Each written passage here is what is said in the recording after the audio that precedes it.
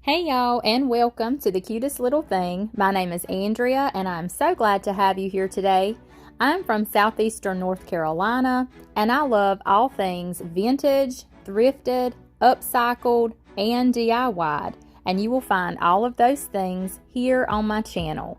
I also have 2 vendor booths in my local small town where I sell my crafts and decor pieces. I'm so excited for today's project, so let's go ahead and get started. I love using books to make beautiful home decor. I had these books I had previously painted. They were in my stash. I just kind of painted them with some white chalk paint and pushed them back in my stash. So this particular day I had the color Birdie mixed up in the Sweet Pickins milk paint, and I was using it on another sign. I had a little bit of paint left, and you can't save your milk paint once you mix it up. It comes in the powdered form. You mix it equal parts water to your powder. So I grabbed this book to paint and use up that unfinished paint. So I put on 1 coat. I let that dry completely, and then I went ahead and went in with a 2nd coat. I was loving how this was looking with that other paint that I had underneath. It kind of looked like a white chalk paint, but then it looked like it had another color brushed on, but that's okay. I love the layered look for my projects. It just gives them more of an older vintage look.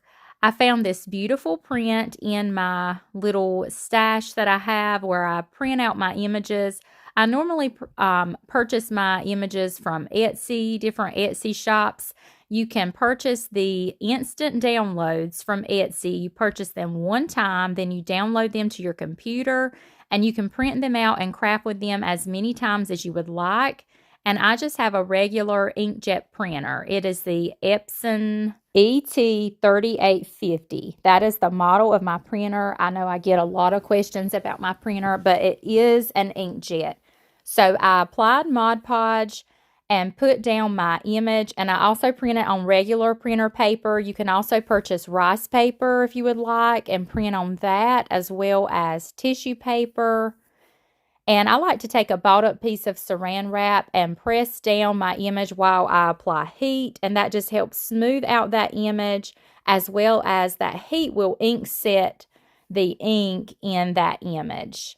Now I'm taking toasted marshmallow and classic caramel in the apple barrel acrylic paint. I wanted to do a little bit of blending around this image just to bring out some of that color that is in that picture, and I'm just taking my finger, dabbing in each color and blending it around. And if I got it too dark, I would just dip my finger back into the lighter color, the toasted marshmallow, and blend it and lighten it. And if I wanted a little darker, just add a little more of the caramel color. And I just continued this process all the way around that image. I took a paintbrush and did the same thing to the spine of the book. And I never even mentioned I grabbed another book out of my stash. The one underneath is the one we painted with the birdie color milk paint. And this was another book that I grabbed. I wanted to make a book stack. So the top book is the one I put the image on. And now I'm applying some Dixie Belle Gray Grunge. This is the wax in the gray. And I thought it would be beautiful to add that gray wax all the way around. And I applied that on both books as well, the parts that would show. Once I got finished with that, I grabbed my jute string and wrapped around the books. I did hot glue it just a little bit to help hold that jute string, and then I wrapped it a couple of times. I didn't want to cover up too much of that beautiful bird image, so I just wrapped it a few times. Now we are ready to embellish with a bow. So I grabbed my Bodabra and some chiffon ribbon that I got off of Amazon. And you just put down a piece of jute string in your Bodabra, because that's going to be used to tie your bow. And then you place down your ribbons and your fabrics however you would like. You can make loops. You can just lay down strips. And you can make those strips and those loops as big or as small as you would like. And you continue layering until you are happy with your bow. Pull it out with your jute strings and then tie it. I like to double knot it just to give it some extra hold, and I hot glued that right on the corner of that book, right by that jute string that I added, and I embellished that bow with a button. And then I took a smaller button and hot glued on top of that and just kind of gave those buttons a layered look as well. I grabbed a little bit of greenery and wanted to embellish to add a pop of color. This greenery I like to get from Hobby Lobby. It comes in a garland form, and I like to grab it when they have their florals and greeneries 40% off. Now just added a little bit under that bow, and then you can hot glue to hold everything in place. And look how beautiful this is. I just love making book stacks like this. You can pick up books from your Goodwill for a really good price, or your thrift stores, or your Dollar Tree. Let me know what you think about this.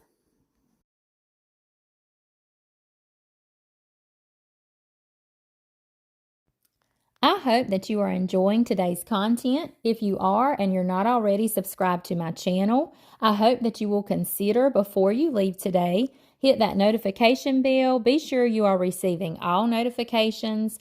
I would love for you to become part of our YouTube family. Okay, let's get back to the DIYs. This project starts out with a little shelf sitter piece.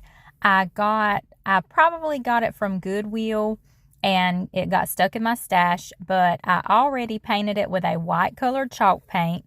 After that dried, I'm going in with some air dry clay here. This is the Crayola brand. I normally use the DIYS air dry clay, but this is some a friend of mine gave to me, and it really works great. I liked it just as good as I do the DIYS air dry clay. But you just want to roll your clay up into a snake shape, and I placed it down into my mold. This is the IOD trimmings mold. After I pressed it down, you want to press it down really well to get into all those details. Then you can take something with a thin, kind of sharp edge, like this was a little tag from Dollar Tree, or you could take a old credit card or debit card and kind of scrape off the top, scrape off that excess clay. And then you are ready to release it out of your mold. Now I'm ready to apply it to my surface here. And I just trimmed off that little piece that was hanging off the edge. I'm using E6000 here to glue onto the back of my clay to get it down on my surface. Now, I do also love to use Titebond Quick and Thick, but I didn't have any this day. And as you can see, I was almost out of E6000. So I definitely needed to get me some more glue. But just using what I had, I continued to, you want to get your glue all over the back of your piece so that it will adhere to your piece and it won't try to come up anywhere. And I just rub it with my finger, but if you don't like to rub it with your finger, you could use a popsicle stick or something like that you could just throw away after you were finished. And you want to just place it down where you want it. And I kind of very carefully, because our clay is still wet here, so you don't want to mess up your pretty details in your clay from your mold. So I'm just carefully getting it adjusted and getting it straight on here. And you want to gently press it because you don't want any space between your surface and your mold. So you want to gently press around those edges to get it completely touching your surface. And I'm just doing the same thing here, rolling that clay into a snake shape and pressing it down into my mold because I'm casting a second trimmings for the bottom of my piece as well. So we're just doing that same technique. I got that one on and I was having a little more cracking than I like. So if you have that happen, you can take and wet your finger and gently rub over your clay where you're having the cracking. I don't mind a little bit, but it all depends on the project and the look that I'm going for. But this is how you can kind of mend your clay if it's cracking a little too much for you. But you, again, want to be gentle with that wet clay and not mess up the details in it. I got my clay on the bottom and top. Now I'm going in with, these are the cutest little transfers from Essential Stencil. They are so cute. They're little Easter eggs. So I'm going in with one right here in the center of my piece. And you want to take that transfer tool that comes with it and just rub back and forth over your transfer while you gently lift up on that clear piece of film. And just continue rubbing back and forth. And if you start to pick up on the little clear film and you see your transfer is still stuck, just lay it back down, rub a little bit more, and then try again until your entire transfer is adhered to your piece. I chose 2 more of those little eggs from that transfer packet and put one on each side. The 2 on each side of the middle one, they were a little bit smaller than the middle one, but I just did the same technique, getting the transfers to adhere to my piece. And once you get your transfers on, you want to kind of rub them and burnish them in and be sure there are no air bubbles or anything in them. Now I'm going in with Dixie Belle's chalk paint in the color Vintage Duck Egg. I love this color. It's so pretty. I'm doing a little bit of blending though. I'm putting a dab of the Vintage Duck Egg color, and then I'm dabbing in some of that Toasted Marshmallow color in the Apple Barrel. And I continue this technique all over just my molds. I'm only doing my top and bottom mold that I applied with the clay like this. And you just kind of play around with it. If you get it too blue, you add a little more of your toasted marshmallow. And if you start getting it too light, you want to add a little more of your blue. And then I took a small paintbrush, just getting the edges of my molds, being very careful, trying not to get any of that blue color paint on my white background. But I did end up making a couple of boo-boos, but it was a happy mistake. So I took what was left on my paintbrush and just did a little bit of dry brushing and added a little bit of a distressed all over around those eggs. Now I'm going in with Dixie Belle's Best Dang Wax in the color brown. I wanted to kind of grunge this up a little bit, age it up. So I went in with that dark wax and added it all over. I was heavier on the edges and then heavier on those molds, just getting that wax all into those details of those molds. And then what was left on my brush, I went over the front of my piece and just kind of blended that all in. And you could definitely skip this step if you are not a fan of the grungy aged look, or you could have gone in with white wax or even gray wax would have been really pretty on this piece as well. And this is super cute as is, but I wanted to go in on the corner and embellish it with a little bow. And I wanted to add a little bit of greenery under my bow. I already had made that bow off camera. It's just some chiffon ribbon from Amazon and a little bit of lace. It's a small bow. And I hot glued my greenery on first, and then I hot glued the bow right on top of that greenery just to kind of layer everything up, and then just adjusting all of those loops. And you can hot glue your loops in your bow if they are not laying exactly how you want them to stay. You can kind of put a dab of hot glue behind the loop and press it where you want it to lay. I decided it needed a little something, like making it look like the eggs were sitting in something. So I decided to add some Spanish moss right under the eggs, between my mold and the eggs. And then I embellished with that cute blue button. And I just thought this piece was super cute. Look how cute it is, staged up with that little birdie in that mini basket. I just love it. Just super simple, quick, easy project. And the possibilities are endless with the colors you could do with this. I just love it. Y'all let me know what you think. For this project, I have this sweet little bunny. He's been in my stash a good while, and since we're getting close to spring and Easter, I thought I would give him a makeover and make a little project out of him. So I'm going with the color Burlap in the Dixie Belle, and we are going to be painting our bunny. So I'm giving him a good coat of this color all over. Once the second coat of that color was dry, I grabbed my drop cloth color in the Dixie Belle chalk paint as well. And I'm going and doing a dry brushing technique over the entire bunny. I just wanted to do a little bit of layering here with these colors. So I went with that darker color first, and now with my lighter color. This bunny I did get from Goodwill, and he had something tied around his neck, and when I removed it I couldn't quite get all the glue off and things, but I got as much as I could off, and we'll do something once we get the painting done to cover what glue was left on his neck.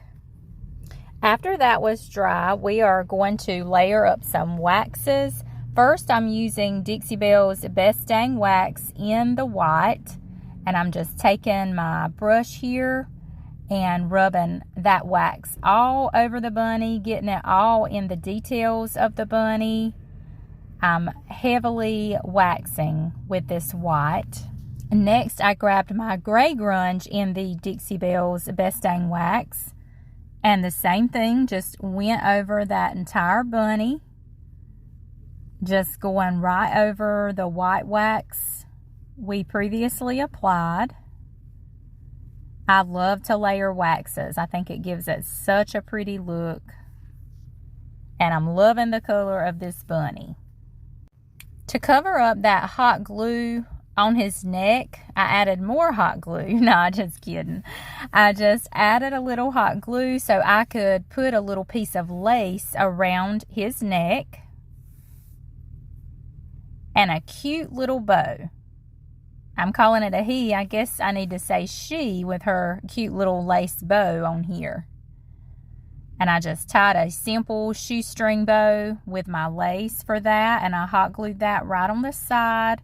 And look how pretty, and it was perfect because it covered up that hot glue as well and looked so pretty. Now I have to have something to put my bunny in. So I grabbed this beautiful basket out of my stash I had gotten from Goodwill. I didn't do a thing to the basket. I love how it looked. So all I did was add some Spanish moss on the inside. I did put some filler in there. It was just some scrap fabric that I had, and I keep that scrap fabric like that for filler for things like this. And now I just want to sit this little bunny right in the middle of this basket. Get him adjusted, and then I'm going to go in with some pieces of greenery that I have. This is pieces of greenery from a eucalyptus garland that I like to get off of Amazon. And I decided to add some blueberries as well. I love using blueberries in my crafts, and I also get those blueberry picks from Amazon. We of course have to embellish our basket with a bow, so I'm grab my bow dabra, put down your jute string, and I'm layering in some burlap ribbon. You guessed it, I get it off of Amazon as well. I get lots of my craft supplies from Amazon. And I just wanted it to be simple, just with this burlap. So I did a couple loops, and I did a couple of bigger loops, and those are just going to be the tails. I just take and cut those down the middle for my tails, double knot that jute string to hold those loops into place. I did decide I wanted to go in with another color, so I grabbed some green and cream Jubilee homespun. I buy the jelly rolls. You can purchase directly from their site, or you can order from Walmart or Amazon as well. Then I added a few more loops of that burlap ribbon on top of that. I also thought a tag would be really cute on this basket, so I have these beaded tags. I cannot remember where I got these from. I don't think it was Amazon, But I added one of those essential stencils, those little transfers on that. I just thought that would be a cute little touch, and it would go well with that shelf sitter we made with the eggs and the molds on it. And I didn't paint it or anything. I just put it right on that raw wood. I finally got satisfied with this bow. I think I was having some struggles getting it how I wanted. So I got it situated and I hot glued it right to the base of that handle of the basket on the left side. And then I added that beaded tag right to that. I just kind of nestled it down underneath some of that ribbon and put a dab of hot glue to hold it in place. And that's that, y'all. Look how cute this turned out. I just think it is adorable. I love picking up baskets when I'm in Goodwill, especially when I can find them for a really good price. So don't pass those baskets up from Goodwill. You can make these cute little decor pieces for your home. All right, y'all, we are at the end of today's video. I hope that you love these projects as much as I do. Let me know what you think of each one. Let me know which one is your favorite. I do apologize for not getting a video out last week. It's been a busy time, but I'm hoping things are back on track and I can continue getting my videos out once every week again. Don't forget, you can go over to Facebook, find me over there under the cutest little thing, and I go live 2 to 3 times a week, usually in the mornings around 9:30 Eastern, and sometimes I have to switch my schedule up and go live in the afternoon around 1:30 Eastern. So I hope that you will go over and follow me over there. And I also have a live auction on my page every month or every month and a half, somewhere along in there. So go over and give me a follow where you don't miss a thing. I am also a retailer of the Sweet Pickins milk paint. You can contact me over through my Facebook business page. All you have to do is send me a message. Let me know the colors you would like to order. I keep the $7 sample packs in stock. There are 54 colors to choose from, and color of the month for March is Olive, so you can receive 35% off your order of that color. Thanks again for joining me today, guys. I hope you have a blessed rest of your week, and I will see you on the next video. Bye for now, friends. And don't forget to like, share, and comment.